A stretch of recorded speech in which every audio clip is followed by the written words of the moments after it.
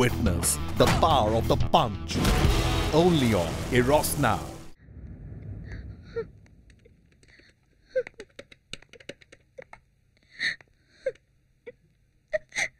ஐஸ்வர்யா, வருத்தப்படாத, அழாத, விடு. நடக்கிறது நடக்கும். தாரா இறந்த பிறகு நான் தனிமையாயிட்டேன்.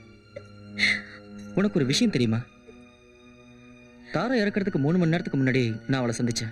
என்ன சொல்ற? சுகந்தியை பத்தி நான் உன்கிட்ட கேட்டப்போ நீ என்கிட்ட சொன்னது போய். நிஷாந்த் இந்த அளவுக்கு கொடூரமா சுகந்தி கிட்ட நடந்திருப்பான்னு நான் கனவுல கூட நினைச்சு பார்க்கல. இருந்தும் நிஷாந்த நீ நல்லவனாக்க தானே பாத்திருக்க. நான் இதை வேணும்னே செய்யல மது. நிஷாந்தோட அப்பா என்ன கம்பல் பண்ணதாலதான் செஞ்சேன். சுகந்திக்கு எதிராக பிரஸ் மீட் ஏற்பாடு பண்ணது கூட எனக்கு விருப்பம் இல்லாமதான். எனக்கு அவளை ரொம்ப பிடிக்கும். அவளோட பாட்டு, டான்ஸ் எல்லாமே பிடிக்கும். ஆனா தாரா அவளை ரொம்பவே தொந்தரவு பண்ணா.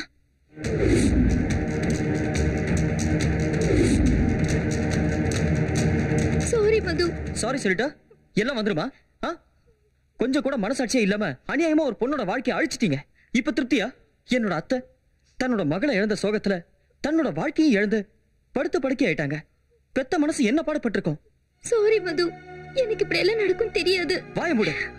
போய் சொல்லி நீ கூட்டிட்டு போனதுனாலதான் இன்னைக்கு இவ்வளவு பெரிய இழப்பு. இப்ப அத்தை பாவம் தனிமரமா நிக்கிறாங்க. சரி, அழாத விட, வா கிளம்பலாம். அப்பதான் இந்த கேஸ்க்கு நல்ல சொல்யூஷன் கிடைக்கும். Okay. Hi Jenny. Hi Aishu. இவர் என் ஃப்ரெண்ட் மிஸ்டர் மது. ஹலோ. நான் யாரும் தெரியுதா? நாம இதுக்கு முன்னாடி ஒரு தடவை சந்திச்சிருக்கோம். ஓ சாரி, எனக்கு உங்களை ஞாபகம் இல்ல. ஆனா நான் யாரையுமே மறக்கிறது இல்ல. அட்வொகேட் ஜெனிஃபர் தான் போராடி சுகந்தியோட கேஸ ஒண்ணுமில்லாம ஆக்குனீங்கன்னு எனக்கு நல்லா தெரியும். But that's my profession. ஆமா ஜெனி, நீ என்ன இங்க? நான் இங்க அடிக்கடி வந்துட்டு போவேன். ஆனா தாராவோட முடிவுதான் மனசுக்கு கஷ்டமா போச்சு. அத பத்தி நினைச்சு பார்க்கவே முடியல. நான் ஒரு நல்ல நட்பை இழந்துட்டேன். Please leave it. அப்புறம் பார்க்கலாம். வா. See you, Jenny. Bye. போடி போ.